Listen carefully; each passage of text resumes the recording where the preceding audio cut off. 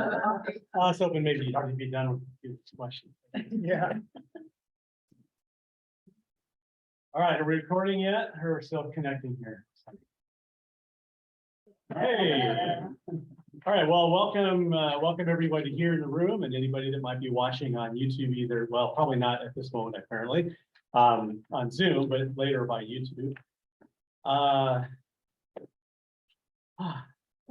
Thanks for joining us. Let's before we dig into chapter 5, kind of looking ahead, we've got 6 and 7 and 8 and 9 still to go. We have 2 more weeks.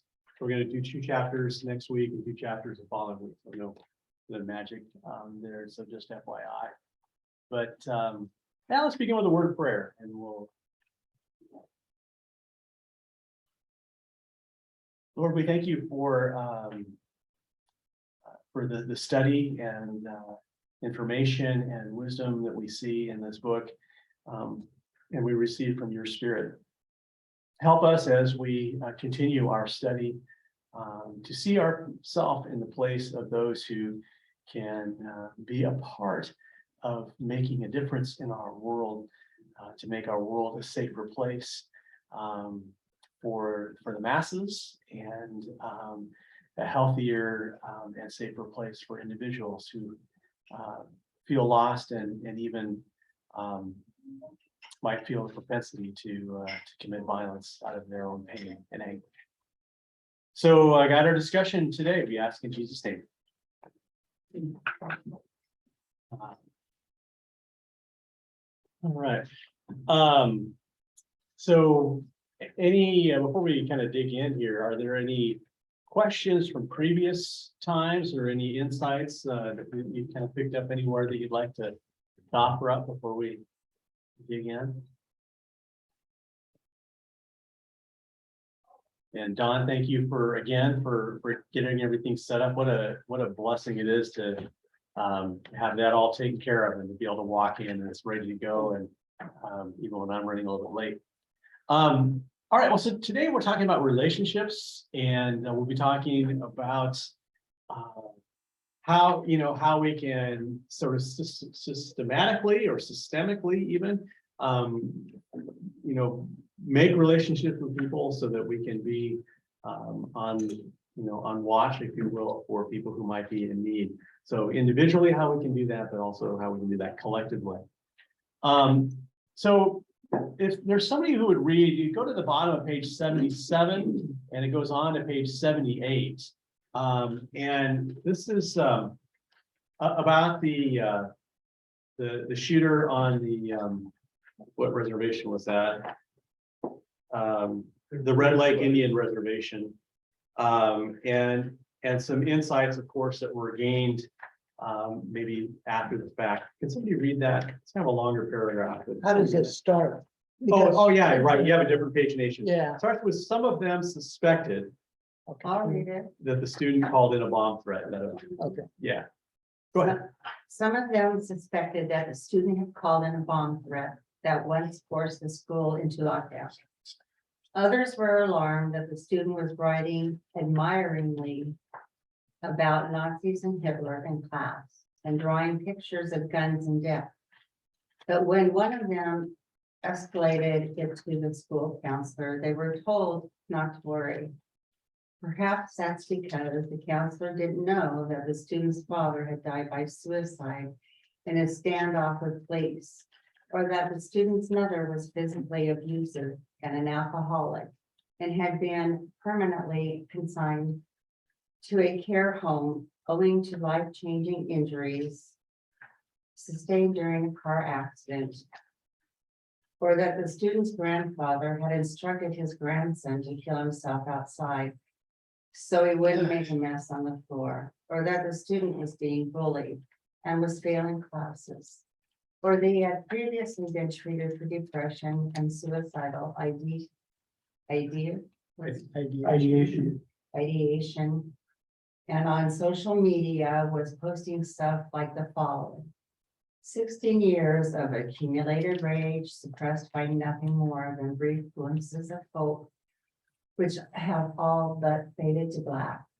I can feel the urges within slipping through the cracks. leash I can no longer hold. In a blog post, he had written that his favorite thing was moments when control becomes completely unattainable. Times when Madden. Okay, never mind, just a second. Times when. Maddening, maybe? Madden, what's that mean? Sick means that, that in the original, there's a misspelling. Or a mispronunciation, or punctuation. Yeah, Oh. When Madden psychopaths briefly open the gates to hell and let chaos flood through. yeah, so that means that Madden is how it was written, probably should be maddening. Yeah. Oh. Yeah. So, okay, wow. That's a lot, isn't it? So, you know, the point being that any particular particular point in that litany, if you will, of trauma, you know, would be enough of a concern, but when you take them collectively, you know, you start to see a profile of somebody who could do great harm to others, right? Make it be the council was having a busy day. Couldn't be bothered with what was going on there. But I think Well- that there's so many, I think that it's so prevalent right now that I don't think that the counselors have enough time to handle all of it. Yeah, Well, that's just one person in the whole. Well, that's true. yeah. Well, first of all, what's your reaction to that list? How does it make you feel? You heard that? Could one person deal with all of that?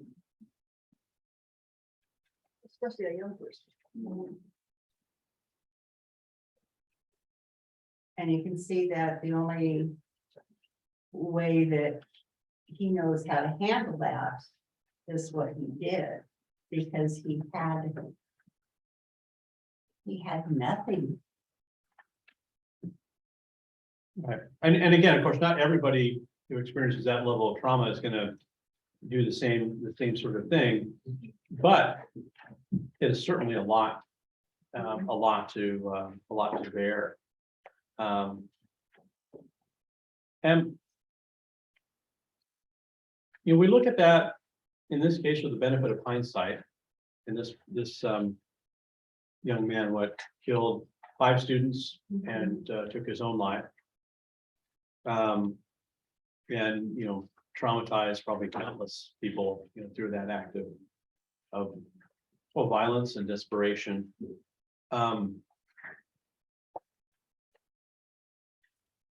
What are your reactions though to that when you look at it now with that benefit of hindsight and you wonder what could have been done? Oh, somebody. Oh, Susan, can't see you over there. I'm back here. Yeah. Bonnie's back there. Oh, Bon, who, somebody raising their hand or? Yeah. Oh, no, I was, well. Right, but yeah, 29. So I feel like part of the problem is that, so you have this good information, but how is it being disseminated? So this one community or this one school can see all these pieces come together in hindsight, but how does the rest of us, you know? And I know we're gonna get to the P83 or whatever that's called. I know we're gonna get there. But I think that has been the biggest problem is this failure to help organize information systems and sharing experiences so that others can, they don't have the hindsight, share the hindsight. Yeah. I think the next paragraph is even more difficult in some ways. Yeah, go ahead and read that. It says the FBI investigation into the Red Lake massacre states that at least 39 people knew the student was thinking about shooting up the school. Some students who suspected his plan even notified school authorities, but no one believed he would really do it. Yeah, even though he had obtained a map of the school. yeah, keep going through there. Okay, even though he had obsessed with school shootings, so much so that he screened a movie about one in class and checked out from the school library a young adult novel centered on one called Give a Boy a Gun. Even though he loved firearms, had access to them, and used to target practice in the woods. Even though his last online journal entry read, so fucking naive, man, so fucking naive. Always expecting change when I know nothing ever changes. I've seen mothers choose their man over their own flesh and blood. I've seen others choose alcohol over friendship. I sacrifice no more for others. Part of me has fucking died and hate this shit. I'm living every man's nightmare. And that single fact alone is kicking my ass. I really must be fucking worthless. This place never changes. It never will. Fuck it all. Oh,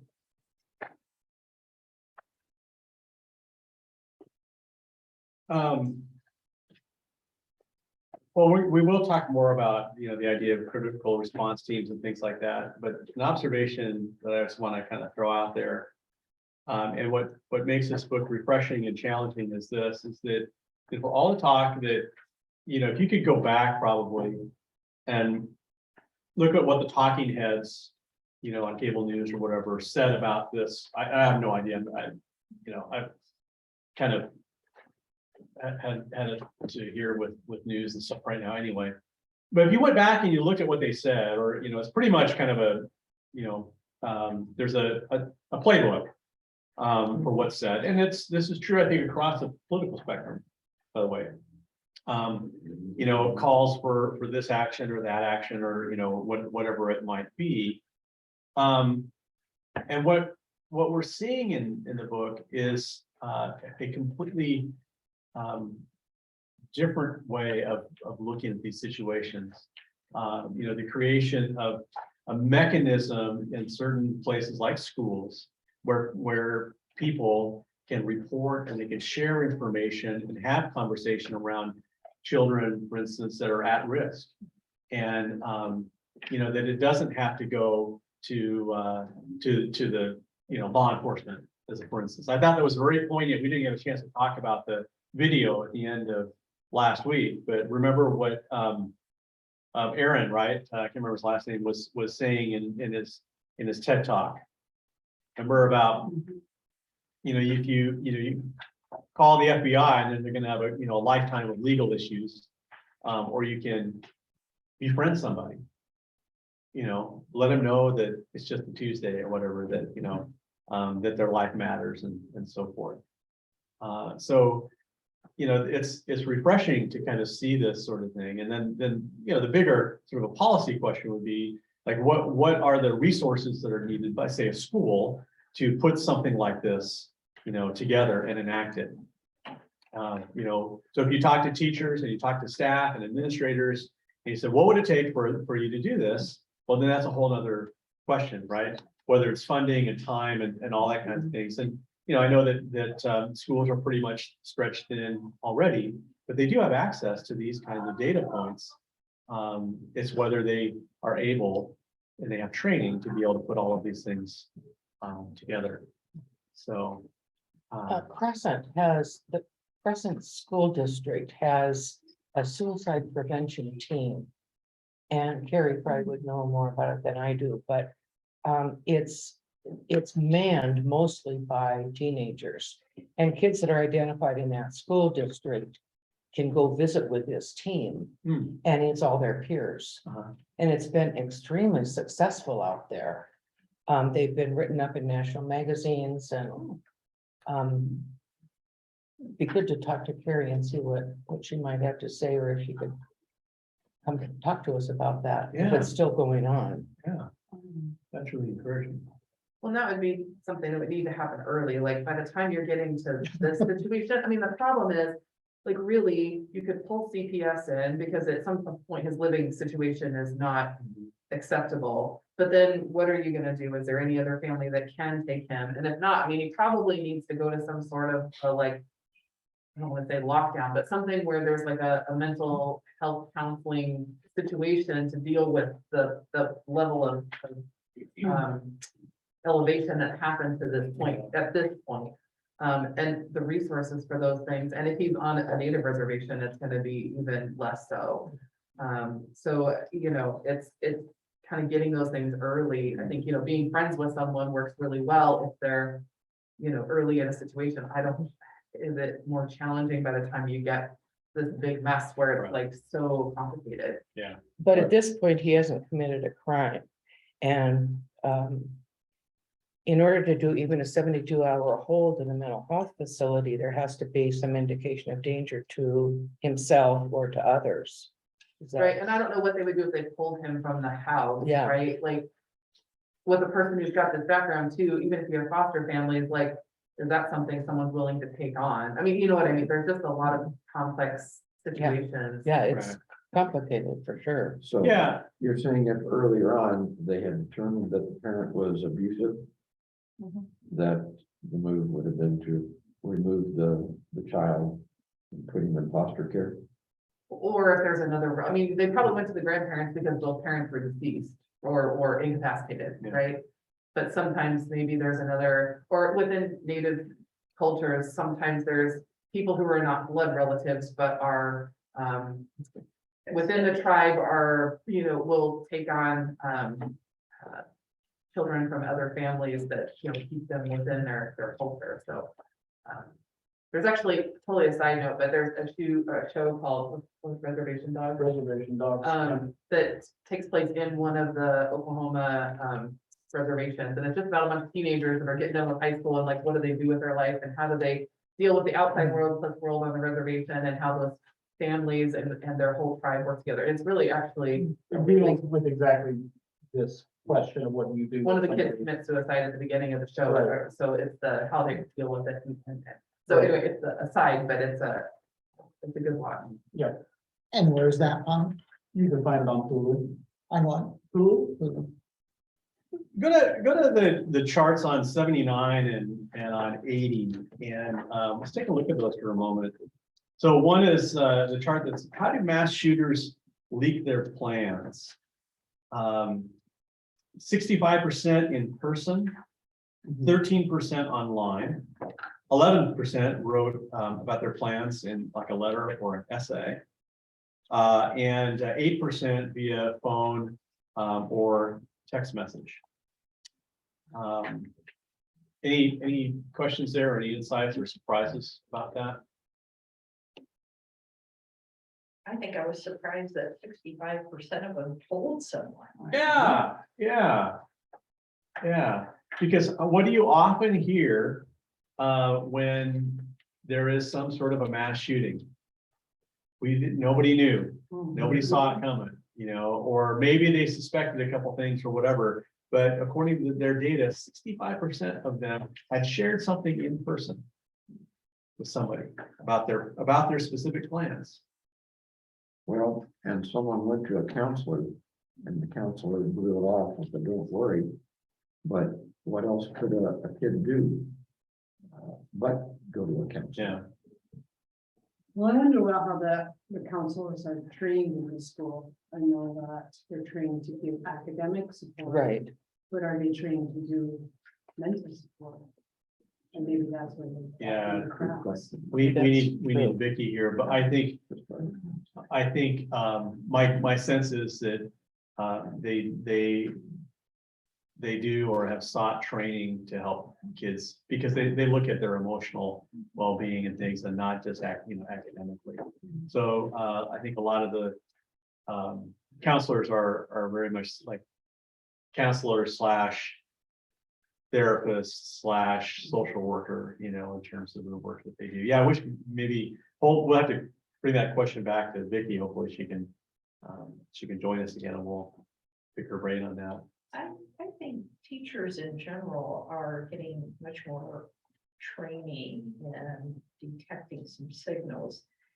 And the other thing that occurs to me is that school counselors really aren't there to engage in long-term therapy, but rather to identify in this respect. Yeah.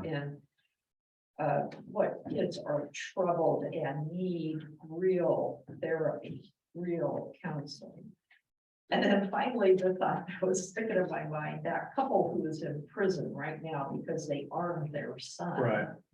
You know, so even if authorities are aware that there's been a threat or these thoughts or whatever, and then they release them to the parents and the parents are irresponsible, well. There you go. Well, so, let's, we focus a lot in our conversation, you would like just now on like school counselors or teachers or, somebody's got to be able to identify what's going on. But if we look at the next chart, the most likely person that they're going to tell is you. Right? Yeah. So, somebody read through those and we'll talk about any that jump out here. Who do mass shooters leak their plans to? Somebody want to take one of the circles and see what it says? Strangers, 22%. Strangers, 22%. That's a surprise? Yeah. Why? Because do they really want? I don't know how to, because is the stranger really gonna do something? I don't know, it's a stranger, are they telling them because they know that that stranger is really not gonna do anything because they really don't know him? Yeah. Or is it that they have no faith that anybody they know, their family or classmates or coworkers are gonna take them seriously? Hmm. Maybe they've just been blown off so much that they don't Could be. really have somebody they can. Yeah. Yeah, we're in that chapter about relationships Yeah. and strangers have no relationship at all. They go on the subway and this is the guy standing next to you and all of a sudden he starts to vent. Mhm.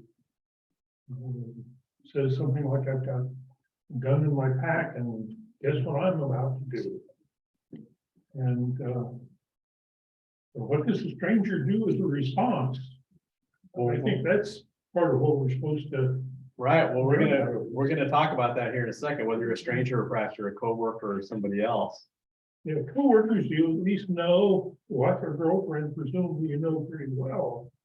Well, and the next down on that list, 18%, wife or girlfriend or coworker or supervisor.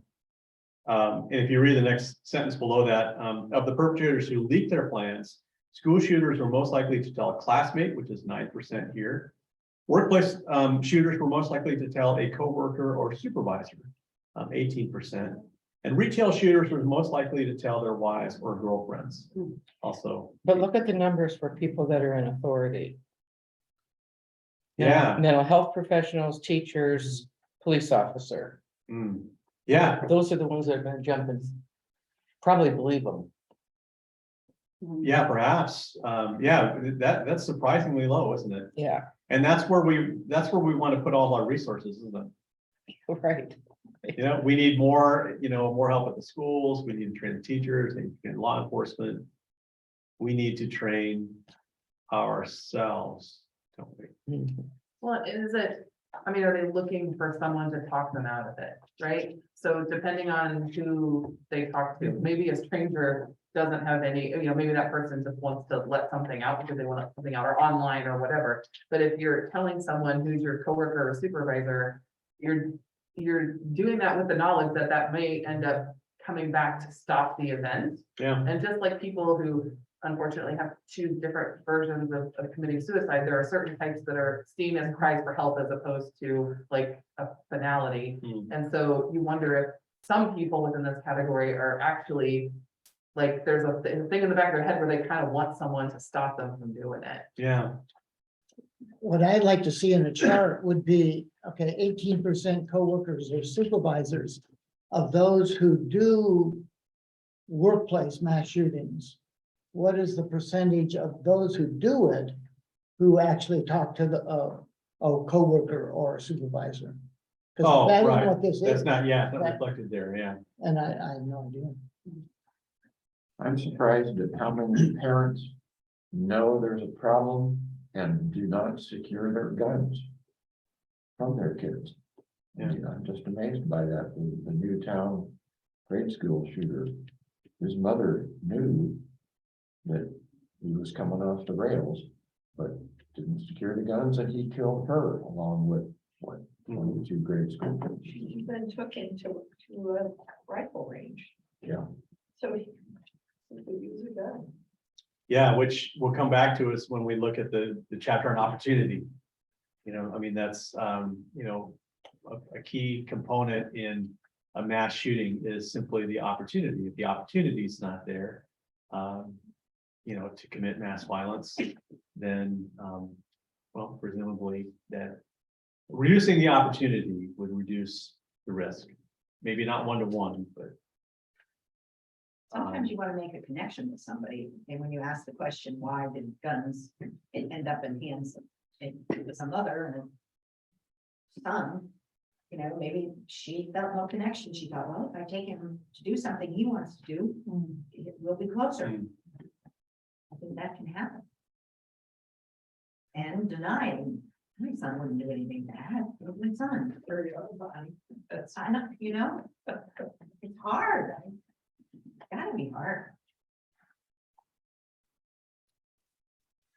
So. Let's talk more about what makes relationships so critical in preventing mass shootings.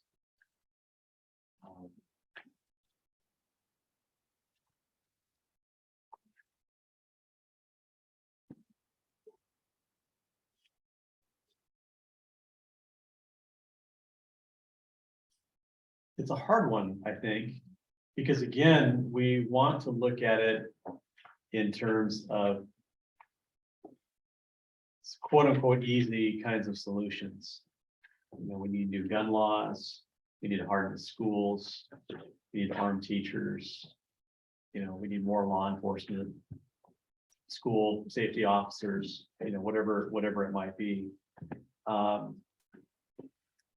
Because those are decisions that are left really to somebody else, policymakers, you know, the people who determine what our taxes are going to be and where the resources are going to go and that sort of thing.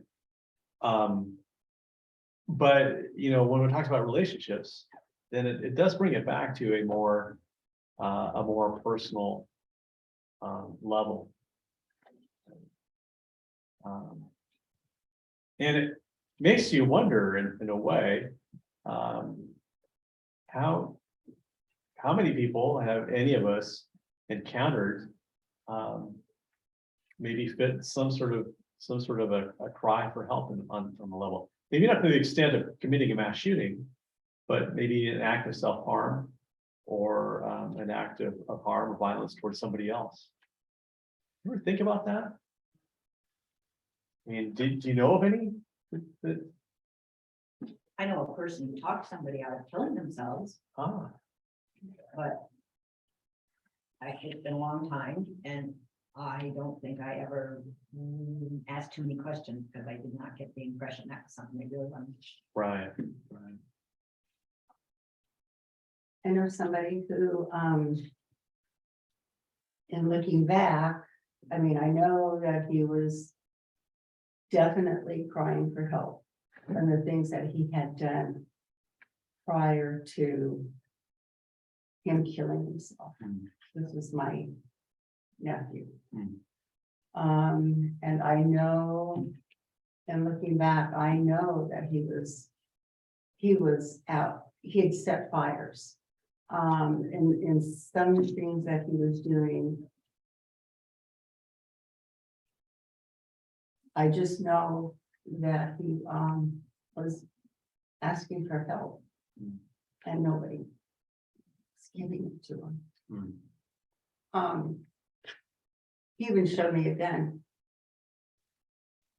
And I told him that you had to give it back to his friend. Hmm. And I don't know if he ever did. I never followed up. It's kind of burden, isn't it? Mhm. I don't think that he would ever been a mass shooter. But I just know that he was struggling with just things in his life. Yeah. And I just wish that I would have done more. Before we continue talking about this, I want to take a look at the example here of the principal at this school that prevented a shooting. Because all the things that were in place didn't apply in that circumstance. You remember that story? Anybody can summarize that for us? Starts on page 81. It's the next page after the who do mass shooters leave their plans to? Graph. It was a day where things weren't going according to practice. So you can practice, but then when attendance wasn't taken, students and teachers were still in the hall, they weren't sitting in their classrooms, blah, blah, blah. I mean, nobody was where, when you're practicing, people are in their places. Mhm. Mhm. Yeah, and the school resource officer was absent, Right, visiting a nearby elementary school, talk about career in law enforcement. yeah, it happened before class Yeah. started too, so. And he says, we ask him what he thinks actually works. I'm at the bottom of 81. How can schools really prepare for mass shootings? His answer is one word: relationships. Remember, he kept saying, he talked to the student by name, saying, you're not going to do this today. We're not going to do this today. Okay. Relationships are key. Relationships enable someone to notice when one of their students, friends, colleagues, or coworkers is in crisis and on the path to violence. Relationships empower people to say something if they see or hear something. Common theme in our research was that people often did not or did see or hear something indicative of violent intent, but there was a reluctance to report because they did not want to be seen as a snitch. Or in the case of school shooters, adults did not see threats made by children as viable. People were especially hesitant to call the police, who naturally are front of mind for this, because the police have limited tools in their tool belt, and the criminal justice response has the potential to do more harm than good. That's reflecting back on that TED Talk from last week.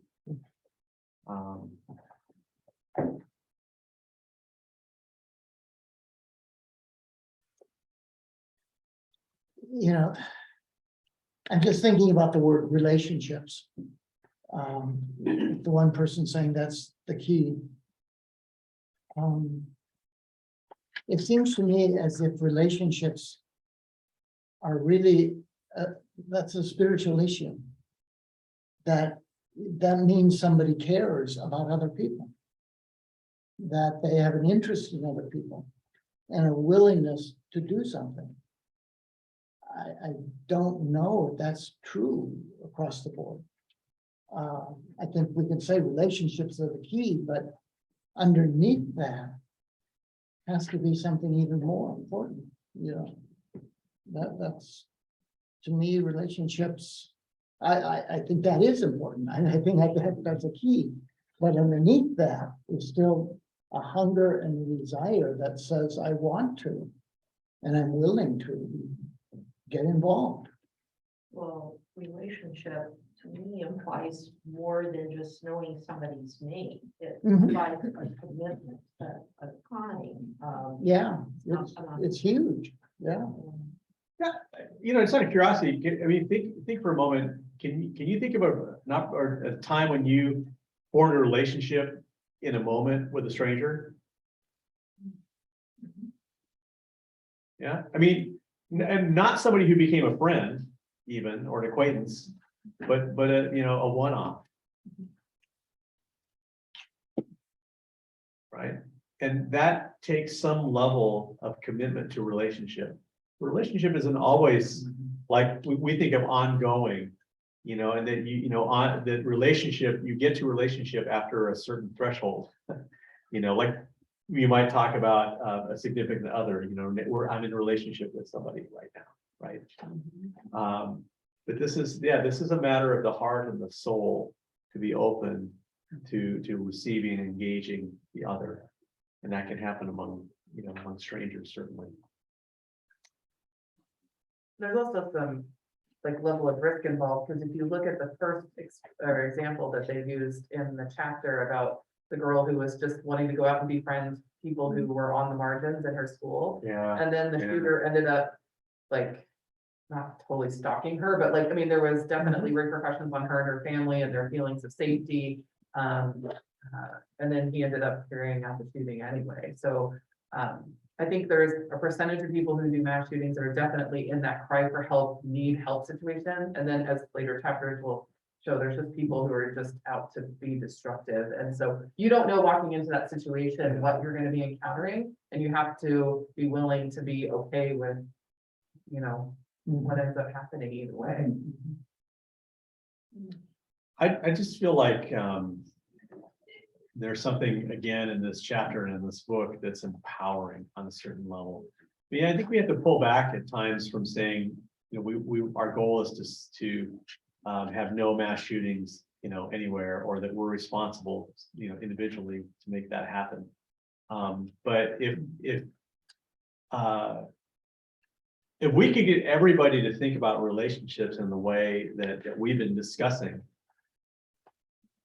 that would go a long way to making the world a safer place. John? Yeah, we're looking through the lens of mass shootings.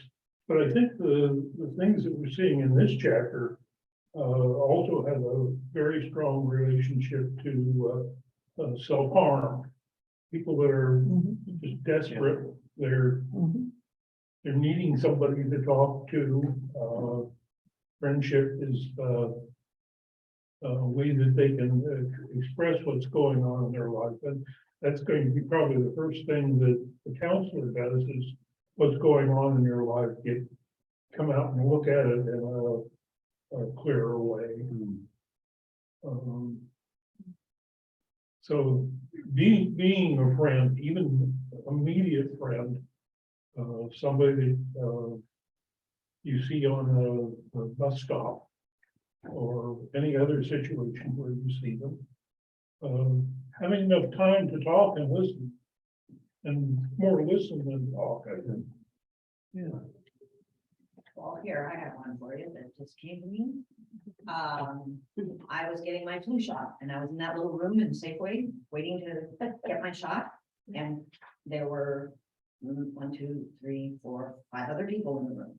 We were spread out, had masks on, except one fellow, and he kept moving to himself, which was okay. He was not appearance-wise any out of the ordinary.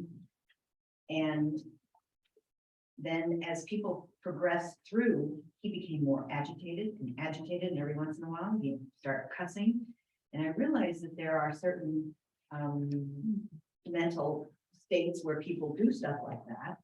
So he was sitting in this office, somebody signed him in, and all I could think of was, I was scared of him. And I thought I could approach him. And I didn't think about the book until after the whole incident. But I thought about approaching him and I said, that is so outside my comfort zone. All he'd have to do is reach over and walk me across the head and say, get out of my space. As it turned out, when it finally was his turn, he talked very civilly and coherently to the doctor or whoever, pharmacist, well, it wasn't the pharmacist, it was the one giving the shots, whoever they were. Maybe it was. And went into the room, sat down, got a shot and left. But you could tell when we were all sitting there that the more someone got ahead of him, the more agitated he got and the more verbal he got. And I didn't know what to do. Yeah. And know whether that's a space where you step in and try to be understanding. I mean, I could have walked over and said, Connie, I can see you're kind of upset about people in front of you. Is there anything I can do to help? I guess I could have gone to the pharmacy and said, this man really agitated in here. But everybody else just sat there too, and I thought, "Oh." Anyway, It is, yeah, it's hard, reality, it's hard to know. but it happens. It's not the first time I've seen it. It reminds me of a story, in Iowa City at our church, Sunday morning. One of our music people came out of the men's restroom and he said, Matt, there's somebody in the bathroom I think is really, having some, I'm just kind of concerned what's going on. So, well, tell me what's happening. Well, you could hear from the stall, somebody muttering, over and over, just keep it together, just keep it together, you just keep it together, okay. Which, you read this kind of stuff and you're thinking, they're packing, it's a church, right? All these kinds of things. And thankfully he shared this with me. And I said, well, thanks, thanks. And then, so I kind of wait a minute and I see somebody walk out of the bathroom. His name's Doug. He was a worship assistant that day. Doug has Asperger's, and that was his way of kind of talking himself to be calm and ready to get up and be worship assistant. It took great courage for him, to do that. I mean, what it's like just to get up in front of people, right? And so, and so that was his way of kind of his self-talk. But knowing that, having that relationship and everything helped in that sort of circumstance. Apart from that, our music person, I mean, what are they gonna, what are they give? But he saw it. He talked to me and we were able to figure it out. And, so you just kind of, you never, I guess you never know. Let's talk about the P3 campus and their work. I thought that was really, I guess, inspiring. That's on page 83. And right before they talk about P3 campus, or I guess maybe as they're talking about it, or introducing it, we must not lose sight, the authors write, of the fact that in the vast majority of cases, any threat is really just a cry for help. Cry for help. And if nothing else, if we take nothing else away from our study here is to remember that. So all the talk we're going to hear, after the next shooting is about evil and, all this kind of stuff. And probably if you hear it at all, it's going to be buried, this idea that maybe this person was just really, really hurting and that led them to this really terrible act. P3 campus, what is P3 campus and what do you think makes them effective?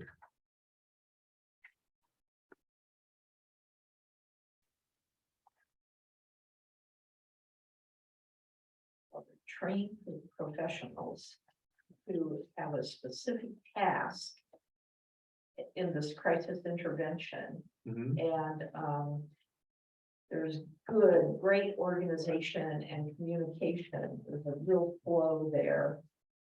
There's a real understanding of what's being reported and how to respond to that and how to get to the right people. Yeah, a very high functioning system. Yeah, it's an anonymous reporting system. That students, teachers, staff, parents can access through an app on their phones.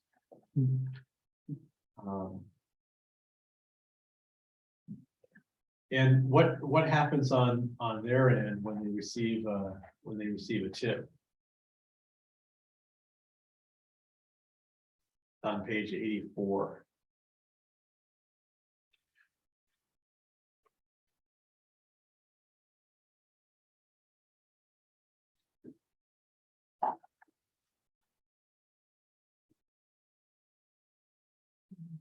Well, somebody responds right away, Yeah, which I also could see in a lot of these other things where people say, well, gee, I could see you in 2 weeks. Or right.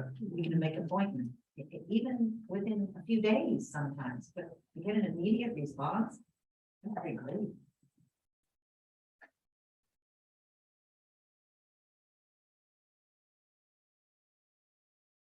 Their volunteers are sort of a network how they contact somebody else that is the right person to deal immediately with the problem.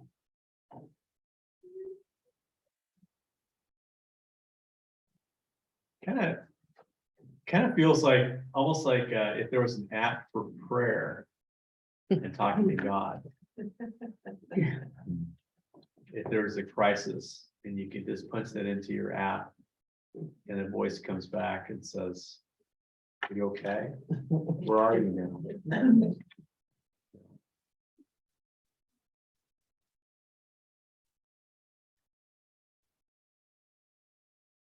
I think on 85, it says, "What's the hardest part of the job?" James asked. One person answers quickly, it's not always knowing the outcome. You chat with these kids and you always want to know, you'd like to hear that they got help. We don't always know how much we're averting. That's impossible to measure. But it does say in the next paragraph, anonymous reporting in schools has been shown to increase students' willingness to report weapons in school settings. With anonymity, students feel insulated from possible retaliation or social consequences.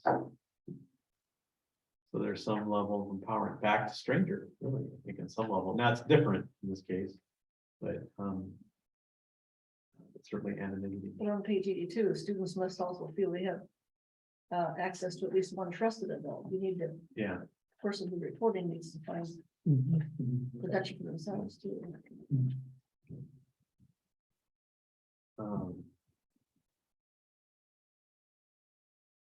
Well, so the next step it says is to offer the right resources, and they're talking about crisis response teams.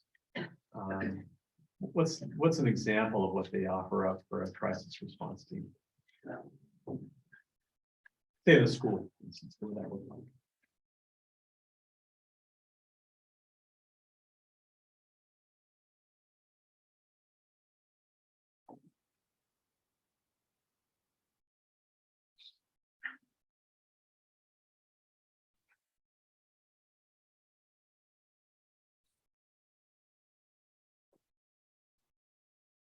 Maybe intuitively, who do you think would be on a crisis response team at a school? Parents. Teacher. Teacher, yeah.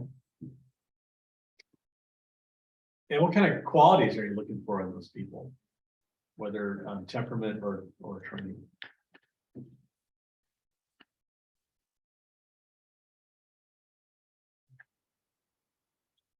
They say other students were on And other students, okay.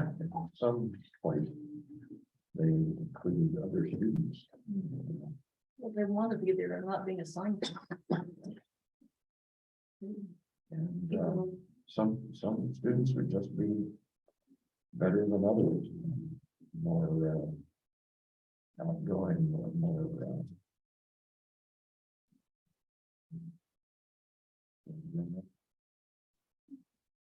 What's the last part of that? more grown up.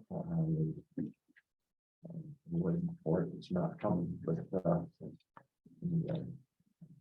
You know, there are some people that I know who I have said to myself, and I've even sometimes said to them, that if I was in a crisis, I really want you around. And one of the reasons is because they are so calm in the midst of a crisis that I've seen. And some of those people are the most introverted kind of people. They're not really always extroverts, but they're calm. And that would be one of the qualities that I would be looking for. There's a sense of calmness about them in the midst of crisis. And there's a sense of collective wisdom that can come about as well. You know, any one person, I think of law enforcement and like, for instance, that, it's like the old hammer and nail thing, if you're a hammer, everything's a nail. And, we ask a lot of law enforcement, And, yet they're gonna, their bread and butter is a particular way of handling crisis. That I think tends more and more towards some sort of, I mean, not entirely, I don't want to paint law enforcement with a broad brush.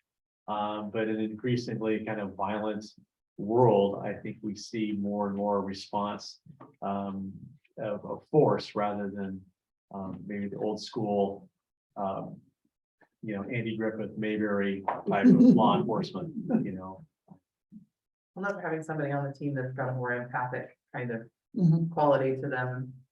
If you had everybody that was that way, you probably wouldn't get anything done. Right. But having somebody on there that's asking that question of not just how do we find a solution to the problem, but let's think a little bit more qualitatively about the situation and the person involved. Yeah, yeah, so the example they say of a core team would be like a principal, a counselor or a nurse, a teacher, a school resource officer, law enforcement representative, community mental health provider, and parents or peers who can advocate for the student under question. So there could be an ongoing critical response team, and then there could be an ad hoc one. If there's, let's say there's a student that's identified that's in some form of crisis, they might bring in a peer or a parent or somebody to help part of that team. And, if you've ever had a more significant healthcare issue, for instance, you've probably seen that at work in hospitals. I'm part of those a lot in just visiting with people there. When the doctor comes in, you have the doctor and the nurses there and the physical therapist or somebody representing them, maybe the social worker and a nutritionist and so on. All of these people working together to provide, care for somebody in a physical sense and here for, an emotional and maybe physical sense as well. So, seems like it has the potential to be pretty effective. People have the time. As a pastor, there's 1 or 2 times when I've been involved in this kind of a situation where a team, and usually it was for me, it was as a pastor, it was a school counselor, it was somebody in the medical field, it was a parent. And it seems like there was one other person who met on a monthly basis, talking about a family situation, dynamic of what's going on in that family. But it sounds similar to what this is. Yeah. I think the big thing that's a struggle is that educators and people in education are so strapped as it is for the time with just the job they have to do.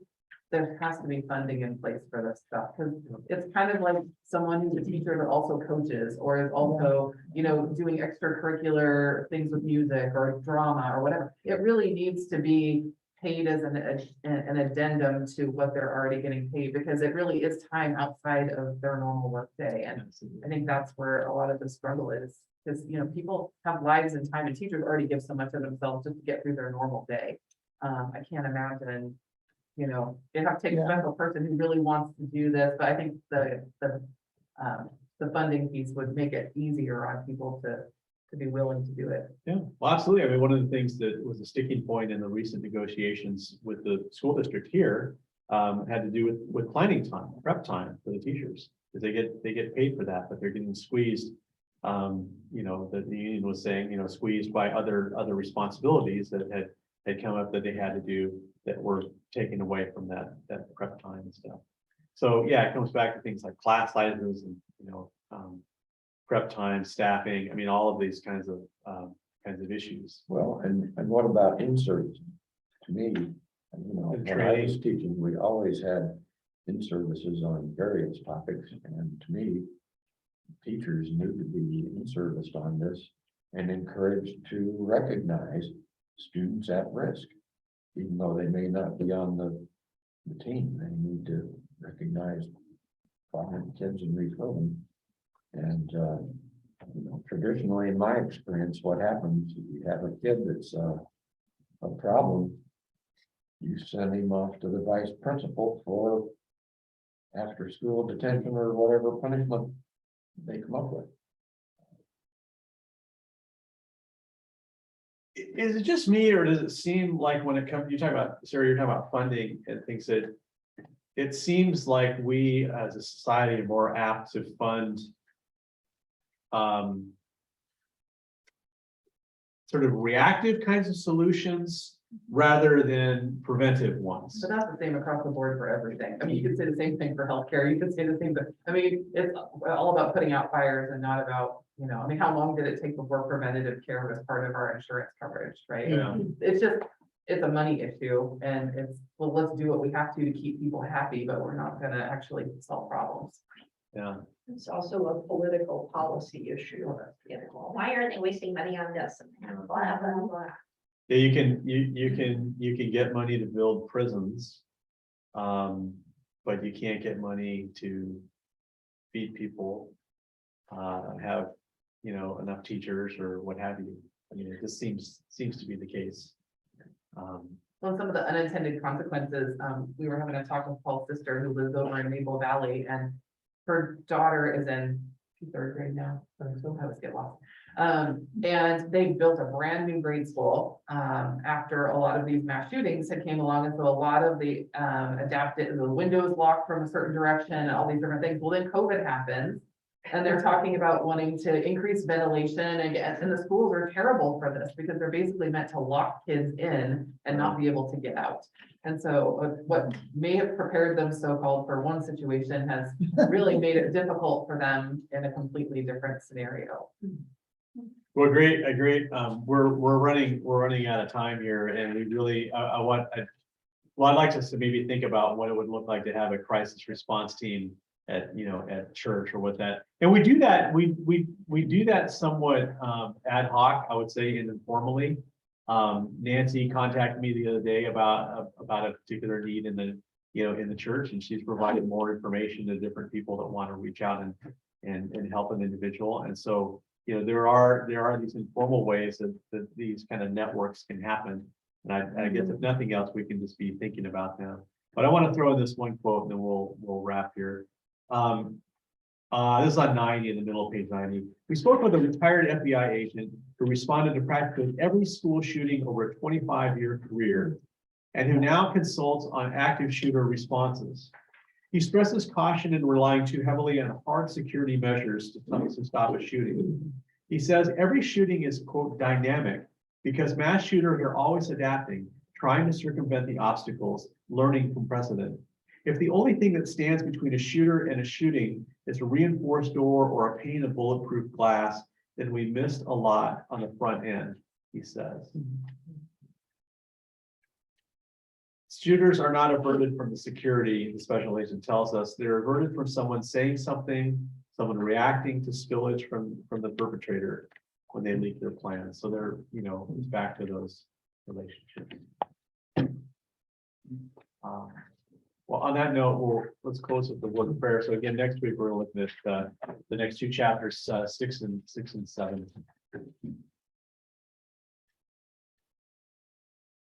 Lord, may we be mindful of the relationships in our lives and the spirit from which these relationships come. That relationship can happen in an instant, even as much as it can happen over the course of a lifetime. And such is the way that you reach out and call us. So help us to be mindful of this, to be mindful of our circumstances and the people that you bring into our lives. We pray in Jesus' name. Amen. Good. She didn't. Stay in. So this. It's